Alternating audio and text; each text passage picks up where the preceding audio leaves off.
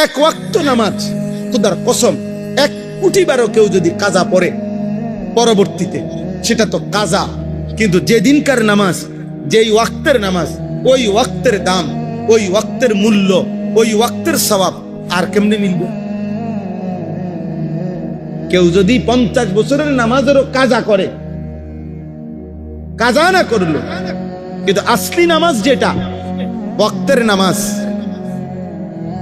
সেই নামাজের নেকি আর কেমনে মিলবে? বলো না ভাই, বলো প্রিয় ভাই। অতএব এটা বুঝতে শেখো।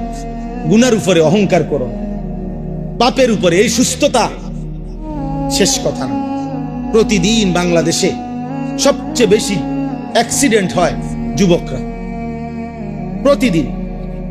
এখনো বাংলাদেশে সমস্ত হসপিটালে চলো, একটা ছেলে, চলো আব্বা আমি তোমারে দেখা, আমার খরচ দিয়া চলো, তুমি বাংলাদেশের 100টা হসপিটালের রুগী তুমি যাচাই করে লিখে আনো, দেখো নওজোয়ান রুগী বেশি।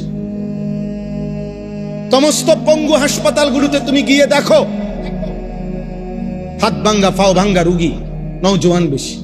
প্রতিদিন বাংলাদেশে যদি 10টা অ্যাক্সিডেন্ট হয়, রোডে সড়ক দুর্ঘটনা হয়, তার মধ্যে 6 থেকে 7টা হবে নওজোয়ান কিশোর যুবকের মোটরসাইকেলের দুর্ঘটনা।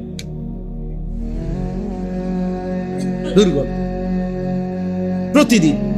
আমি সেদিন সিলেটে, কিছুদিন আগে সিলেটে একটি private medical college, private medical হাসপাতাল, মেডিকেল কলেজ বিশাল বড়, এটার চেয়ারম্যান যিনি, উনি ওনার সাথে আমি একটা অনুষ্ঠানে ছিলাম, উনি বলতেছে কথার প্রসঙ্গে, তো হুজুর প্রতিদিন বিশ্বাস করেন আইসিইউতে যে কয়জন রুগী প্রতিদিন ঢুকে, তার মধ্যে প্রত্যেক দিন 3 ভাগের 2 ভাগ যুবক ছেলে, এবং কয় যে হুজুর 3 ভাগের 2 ভাগ আইসিইউ রুগী, এসব অ্যাক্সিডেন্ট এবং এর অধিকাংশই মোটরসাইকেল অ্যাক্সিডেন্ট।